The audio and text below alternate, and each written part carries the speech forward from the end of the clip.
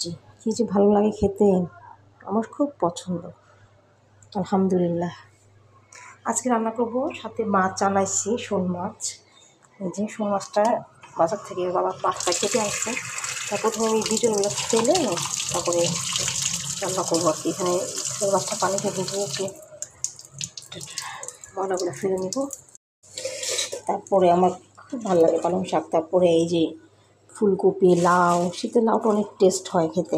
মাছ দিয়ে আজকে শোল মাছ আনাইছি আমার হাজব্যান্ডকে দিয়ে। শুক্রবার মানে হয়েছে আমাদের বাসায় বাজার করা, যেহেতু শুক্রবার আমার হাজব্যান্ড বাসায় থাকে। যারা চাকরি করে তারা তো জানেনই শুক্রবার ছাড়া টাইম থাকে না বাজার করার। তো আমি একসাথে সব বাজার করায় ফেলাই, বিশেষ করে মাছের বাজারটা, কারণ মাছটা আমি কিনি না।